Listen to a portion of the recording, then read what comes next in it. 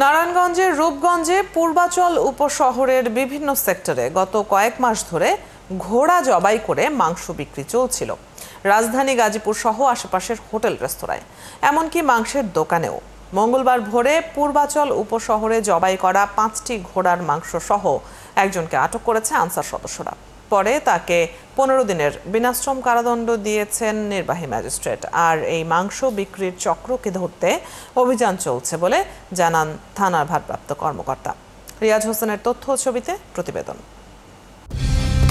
Colour expert, George sap এবং mild on hands technology সমৃদ্ধ Orix crystal wash আপনার laundry expert.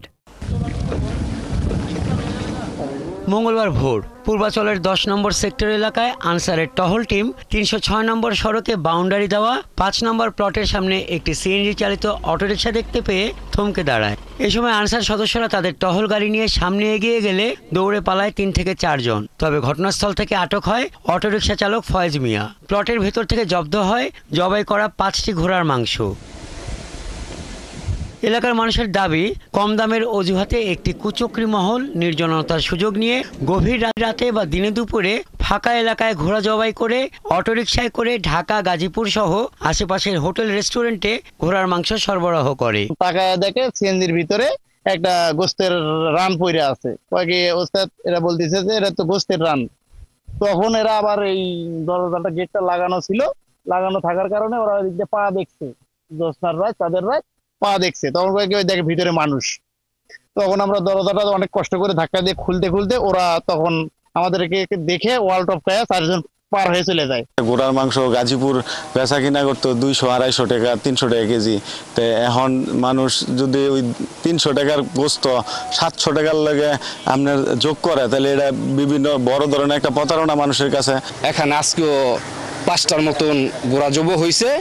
তো ওই ঘোড়াগুলো সবটি খণ্ডিত করা, মানে পিস বাই পিস করা। প্রশাসনের লোক লাগায় যে কোনো গোয়েন্দা লাগায় এগুলা ধরতে হবে, না ধরলে তো এগুলা বলা যাইত না। এগুলা ধরতে হইব, দৌড় করে এরপরে গোড়াবার করতে হইব, গোড়াবারকে এখন শাস্তিমূলক সাজা দিতে হইব। আমরা চাই একটা শাস্তিমূলক দাবি, যে ঘোড়া জব করে তাদেরকে শাস্তি দেওয়া হোক। উপজেলা ভূমি সহকারী কমিশনার ও নির্বাহী ম্যাজিস্ট্রেট জানান, ঘোড়ার মাংস বিক্রিতে জড়িত একজনকে 15 দিনের বিনাশ্রম কারাদণ্ড প্রদান করে কারাগারে পাঠানো হয়েছে।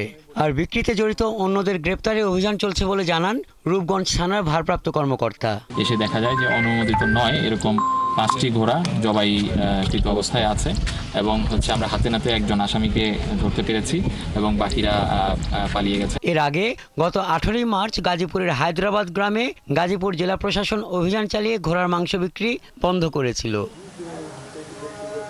হাসান আহমেদ, 71।